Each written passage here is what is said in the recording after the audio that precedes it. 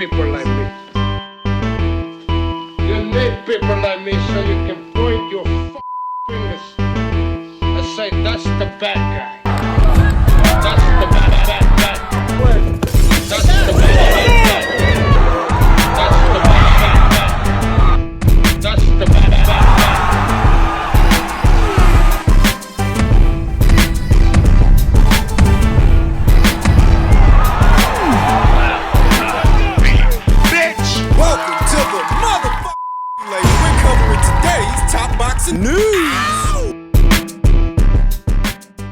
Okay, we'll start with this. It's finally here. What is the undisputed bantamweight title fight between the only two champions at that weight, Shernika Johnson, who is in possession of all the alphabet titles at the weight, but Dina Thorslund is still the Ring Magazine and lineal champion, 32 years old, to Shernika, who is 31. Can you be an undisputed champion without the Ring Magazine and without the lineal? Not in my opinion, no, because both the Ring Magazine and lineal titles predate the alphabet organizations. So, even if Shernika Johnson has all of the alphabet titles, that doesn't really make her undisputed. Not in my book. Sporting a professional record of 19 wins with 2 losses and no draws, 8 knockouts, having never been knocked out in 21 professional bouts. I almost wish that they weren't fighting, because I've been a big fan of Shernika for years, and Dina jointly. They've got a lot in common. Dina Thorslund sporting an unblemished record of 24 wins with no losses and no draws, 9 recorded knockouts, a 2-weight world champion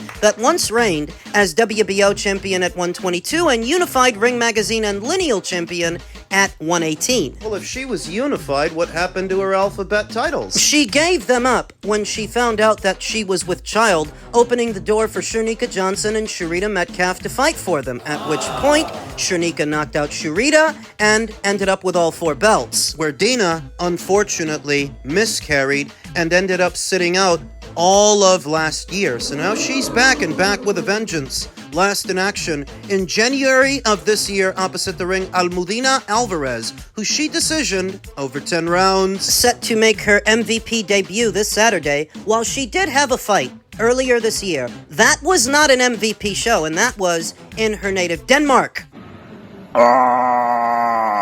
Shernika Johnson, I think, has a little bit more momentum going into this fight this Saturday, having fought 3 times last year. Once in March, again in July, then again in December. Currently on a 4-fight winning streak after having dropped a decision to Ellie Scottney in what was the super bantamweight division, where she once reigned as IBF champion, subsequently losing the blue belt to Ellie. She then went on a 4-fight winning streak in the bantamweight division, beating then champion Nina Hughes not once but twice and knocking her out the second time, knocking out Sharita Metcalf after manhandling her and manhandling a then unbeaten Amanda Gaye. She beat the dog shit out of Amanda Gaye. I used to be a lot more confident that Dina Thorslund could handle this assignment, that she could beat Shernika Johnson, but given Shernika's recent run of form, it's a little bit hard to counter out. Both champions have been 2-weight world champions at Super Bantam and Bantam. Both champions can box and punch, move around, use the ring, and simultaneously apply pressure. They really do have a lot in common. The question is, who's better at it? Who's better on the front foot and who's better on the back foot? You could argue that Shernika Johnson's resume is a little bit deeper than Dina's, but not without the setbacks. A reputed loss to Shannon O'Connell years ago, a decisive loss to Ellie Scottney sometime later. So she's been in there with some really good fighters, but it didn't always go her way. I think to the eye, Dina Thorslund is a bit more polished on the front foot and on the back foot than Shernika Johnson is, but it does matter that Shernika's resume is a bit deeper, that she's been more active in the last 12 months, and she, unlike Dina Thorslund, has been making weight consistently. Because while Dina Thorslund had a fight earlier this year, it wasn't in the bantamweight division, it was all the way up there at feather.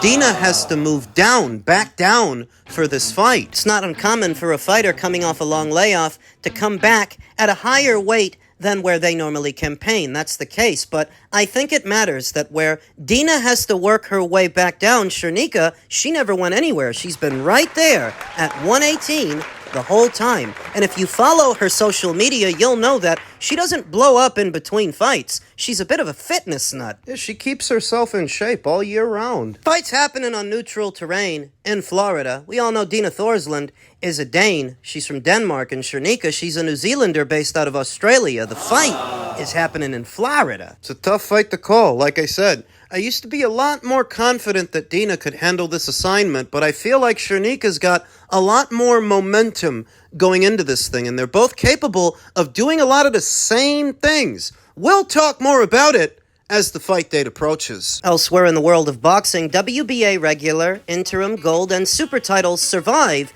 the Ali Act amendments. I was very disappointed when I came across this bit of news. The WBA's controversial regular, interim, gold, and super titles have survived the latest amendments to the Ali American Boxing Revival Act of 2026, despite earlier expectations that they would be scrapped. When the legislation was first introduced, WBN reported the proposed reforms could force sanctioning bodies to recognize only one world champion per weight class while heavily restricting interim titles. Instead, subsequent amendments have dramatically changed that outlook, leaving the WBA's multi-title structure intact while creating an entirely new UBO system alongside the existing sanctioning bodies.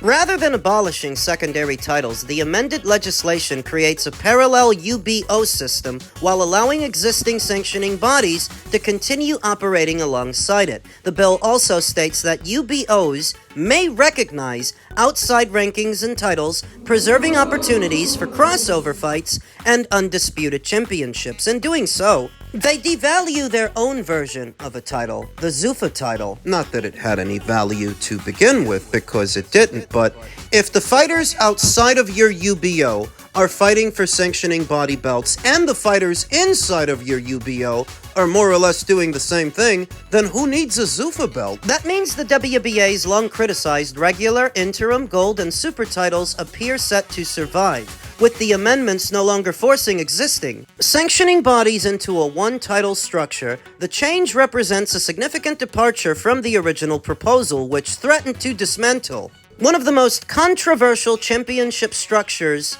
in modern boxing. This was controversial long before Zuffa launched, long before Dana White and Turkey came into it. The WBN's view on the situation is well documented. Extra titles are unnecessary other than helping promoters sell tickets and giving sanctioning bodies another source of revenue. For knowledgeable fans, those belts offer little because most understand a good fight doesn't need a meaningless title at stake.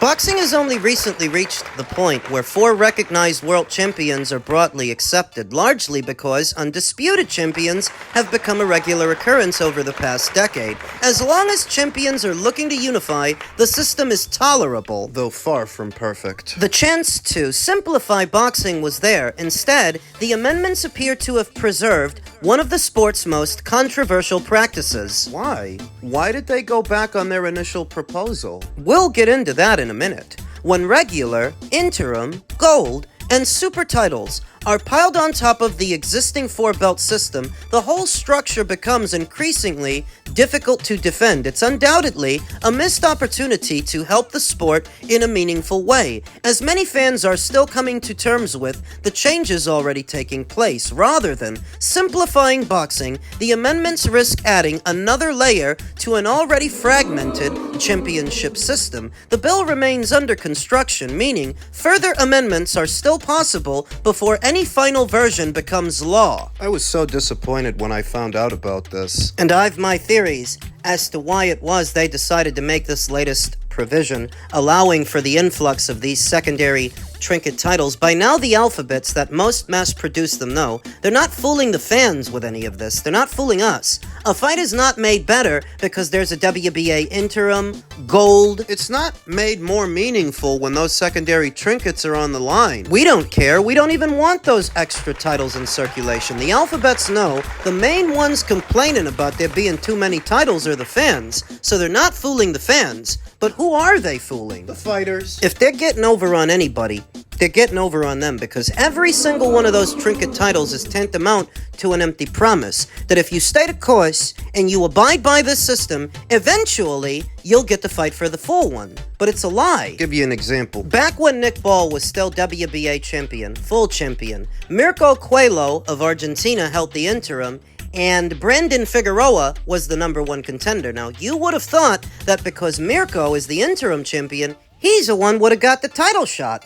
But the title shot didn't go to him. It went to Brandon, who's ranked behind him. The fuck? So the question then becomes, what's the point in fighting for an interim title and paying sanctioning fees for it if the guys ranked behind you get a shot at the full title before you do? Like I said, it's an empty promise. Sometimes the interim champion gets the shot, sometimes they don't. If you're a Mirko Coelho and you don't have a major promotional outfit behind you, you don't necessarily come from one of the big boxing markets, it's that much easier for them to pass you over, whether you're interim champion or not. What begs the question? Why be interim champion if this is what they're gonna do? Why have that interim title in circulation at all if you're gonna be so choosy about it? So selective about who gets a shot at the full champion and who doesn't. And it's to gouge the fighters. It's to take advantage of them. Because as far as the fighters know, they fight for the interim to eventually fight for the full one. But that doesn't always happen. All the while, they're paying sanctioning fees to hold that interim title. They're getting jerked. Something very similar happened to Suleiman Sissoko in the World Boxing Council's rank standings at welterweight, and he's been complaining about it ever since. But because he's not that popular, because there's not that much money behind him, the World Boxing Council gets away with it, just like the WBA, the two main culprits. The hope was that the original Muhammad Ali Revival Act would limit how many trinket titles they keep in circulation, and that was the case up until recently, these recent changes. But why did they make them? I think it's because they want to smooth things over with the alphabets. They anticipate working more with them in the future. So it's a sort of you scratch my back and I'll scratch yours kind of situation for Zuffa. Because we all know that's who stands to benefit the most from the Muhammad Ali Revival Act. I believe that the finished bill will allow for the formation of UBOs, which is the main thing everybody's been talking about, allowing Zuffa to form their league structure with its own title, simultaneously alleviating pressure on the sanctioning bodies to limit how many belts they have in circulation. In doing so, bridging a divide between Zuffa and the alphabet organizations who might now be more willing to let their champions go over there. Now that you're not stepping on their toes, threatening their business, their revenue stream. You scratch my back, I scratch yours. It's what I think is going on. That's why I think they made that revision, because they anticipate working with the alphabets a lot more moving forward. Bringing more of those alphabet champions over to the Zuffa side of things. Zuffa's not done signing fighters. They're just getting started. And I think some of those fighters, they're going to be champions with the alphabets. They're going to take those belts over there. That's what this is.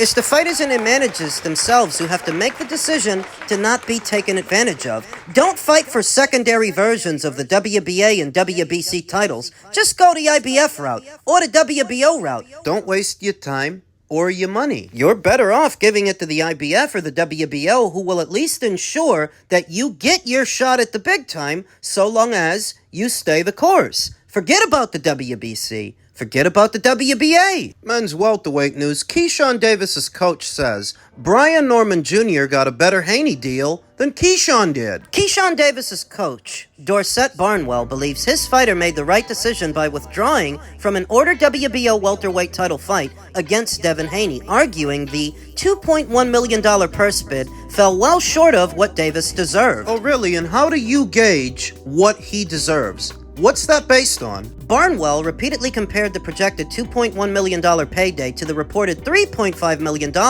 Brian Gore-Tex was set to receive before his scheduled Haney fight collapsed. In his view, Davis is the bigger attraction and should never have been expected to accept substantially less. In other words, you're pocket watching Brian Norman telling yourself that you deserve more than him. But what is that based on? Brian Norman received $3.5 million to fight Devin Haney, but y'all are telling me that Brian Norman should get more money than Keyshawn Davis? He said during an interview with Mill City Boxing. The comparison overlooks a major distinction. Norman was the reigning WBO welterweight champion. Davis is just a mandatory. Once the fight went to purse bid, WBO rules awarded Haney 75% of the winning bid and Davis only 25%. Top Rank's winning bid of $8.55 million translated into $6 million for Haney and just over $2 million for Davis. Keyshawn also had less negotiating leverage than his coach suggested. He had missed weight in consecutive fights, including losing his WBO title at lightweight on the scales. Before his scheduled bout with Edwin De Los Santos was canceled, he also has yet to beat a marquee opponent at welter. Speaking of marquee value, did you see Keyshawn Davis's last fight? The rematch with Nair Albright? There wasn't a lot of people there. It wasn't the same size crowd that was there for the Gustavo Lemos fight, for the Dennis Berenchik fight. Likely because of the cancellation of the Edwin De Los Santos fight. That cancellation hurt Keyshawn Davis' stock, his marquee value, his ability to sell tickets. So don't sit here talking about what you do and don't deserve based on Brian when Brian brought a belt to the table. You don't. You're just a mandatory. His trainer maintained Davis understood his market value and refused to accept a purse he believed fell below it. These are prize fighters. These men need to get paid what they're worth. Plain and simple. No, it ain't plain and simple because you don't decide what your market value is. The market decides. Barnwell's position is that Davis's popularity justified a substantially larger payday. Critics counter that his status as the mandatory challenger, the WBO's purse split, recent weight issues, and lack of marquee wins left him with far less bargaining power than a reigning champion like Brian Norman. The other thing about it is Top Rank ain't the ones that paid Brian Norman that $3.5 million. That was Turkey LL Sheik, not Top Rank. You shouldn't be watching that guy's pockets anyway, in a very general sense, but if you're gonna do that, understand where that money came from. It didn't come from Top Rank, and didn't Top Rank initially offer you $3 million? That's the story that's out there. Before it ends up going to a purse bid, they offered Keyshawn Davis $3 million. He turned that down. He waits for the purse bid, and he must have been thinking that somebody else will bid on the fight. He must have thought Turkey was gonna swoop in, pay more than Top Rank was for the fight. He was wrong. Instead, you ended up with less than what they originally offered you. This isn't about what you're worth. You're just greedy. You think you're better than Brian Norman in terms of fighting ability, and maybe you are, but that has fuck all to do with your marquee value and what somebody else paid him. Never mind what they paid him because they're not paying you. So understand me when I say that market inflation in the space right now has everything to do with the fighters' entitlement, their greed, and their general lack of desire to do their job. These boxers today, the American ones, don't really want to be boxers. They want to be real estate moguls, rappers, streamers, Influencers, they don't really want to box. Then don't. The sport of boxing is going to move on without you. The show will go on because it always does. If you think not fighting for any money is a better alternative, then don't fight. Go sit on a bench a while longer and see how much money that gets you.